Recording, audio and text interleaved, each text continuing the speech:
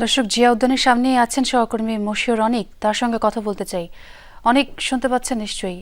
এর আগের খবরেও আপনি জানাচ্ছিলেন যে দাফনে যেই কাজ, কবর খননের যেই কাজ সেটি চলছে এবং কঠোর নিরাপত্তা বলয় তৈরি করা হচ্ছে, সেই সাথে উৎসুক জনতার ভিড়টাও বাড়ছে। যদি কোনো তথ্য আপনি যোগ করতে চান।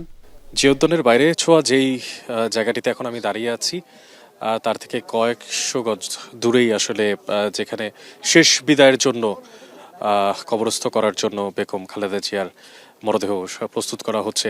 এবং মাসুদুর রহমান খান, যিনি স্থাপত্য ঠিক এই জিয়ার যেই স্মৃতিসৌধ সেটির এবং যেখানে কবরস্থ করা হয়েছিল সাবেক রাষ্ট্রপতি জিয়াউর রহমানকে, তার পাশেই মূল যে নকশা, সেই নকশাটিকে ঠিক রেখে দৃষ্টিনন্দন যেই জায়গা, সেই জায়গাটিকে ঠিক রেখেই আসলে চেষ্টা করা হচ্ছে যতটা সম্ভব এইখানের যে প্রস্তুতি সেগুলো শেষ করার জন্য।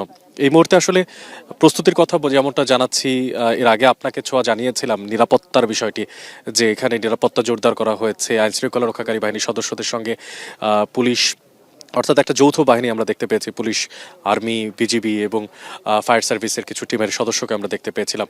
কিছুক্ষণ আগে মূল ফটকের যে গেটের সামনে একটা বড় চেইন ছিল, যেটি দিয়ে আসলে ভেতরে যাওয়া কিংবা আসার যে রাস্তা সেটাকে আসলে নিয়ন্ত্রণ করা হতো, সেটিকেও কেটে বাদ দেওয়া হয়েছে শুধুমাত্র এই কারণে যাতে নির্বিঘ্নে এখানে বেগম জিয়াকে বহন করা যে মরদেহর গাড়ি সেটি যাতে ভেতরের দিকে যেতে পারে, অর্থাৎ আগামীকালকে দুপুরের যে সময়টায় জানাজা শেষ হওয়ার পরে তাকে দাফন করা হবে। এই মুহূর্তে আসলে আবেগের কথা বলছি। রাত যখন আসলে একেবারে মধ্য প্রান্তে, যখন টেম্পারেচারের কাটা গিয়ে 13 ডিগ্রি সেলসিয়াসে, সেই মুহূর্তেও কিন্তু দলীয় নেতাকর্মীরা, সাধারণ মানুষ এবং যারা আবেগতাড়িত, অর্থাৎ বেগম জিয়ার সময়কার যারা বিভিন্ন দায়িত্বে ছিলেন কিংবা তারা তাদের সময়কাল দেখেছেন, আপসহীনতা দেখেছেন, তারা তাদের মনের ভিতরে যেই সুপ্ত বাসনা, একটা বারের জন্য হলেও শেষ বিদায়ের সময়টাতে যতটা সম্ভব থাকা যায় সেই চেষ্টাটুকু করে যাচ্ছেন। আমরা একটু কথা বলতে চাই ছোঁয়া। আমরা আসলে এখানে বেশ কিছুক্ষণ আগেও কথা বলছিলাম যারা আমাদের পাশে আছেন তাদের সঙ্গে, এবার একটু আমরা লাইভে কথা বলতে চাই। আপনি একটু বলবেন যে এই যে এমন একটা সময়, দুঃখ ভারাক্রান্ত মন নিয়ে আপনারা এখানে আছেন, আপনাদের হৃদয়ের যে বেদনা, সে বেদনার কিছুটা অংশ আমরা একটু জানতে চাই। আসলে বেদনা বলতে তো এই বেদনা শেষ হবার নয়। বেগম জিয়া দেশের জন্য যা করেছেন, তার সুযোগ্য সন্তান তারেক রহমানের এসেছেন, তারা মিলে দেশকে সবার আগে বাংলাদেশ ঘোষণা দিয়েছেন এবং এই দেশকে সুন্দর এবং পরিবেশ একমাত্র বেগম জিয়া শহীদ জিয়া পরিবারই করেছে স্বাধীনতার পরে। এবং যে ক্ষতি বাংলাদেশের হয়েছে এরও অতুলনীয়, এর কারোর সাথে কোনো তুলনা হয় না। আবেগ অনুভূতি দেখেন, আমরা কত লোক রাত্রিতে এসে জাগে দাঁড়িয়ে আছি। এবং তারেক রহমান, জিয়াউর রহমান সুযোগ্য সন্তান, সে সবার আগে বাংলাদেশকে ঘোষণা দিয়েছে আমরা চাই তার নেতৃত্বে দেশ আরো উন্নত হোক, ভবিষ্যৎ আরো ভালো হোক।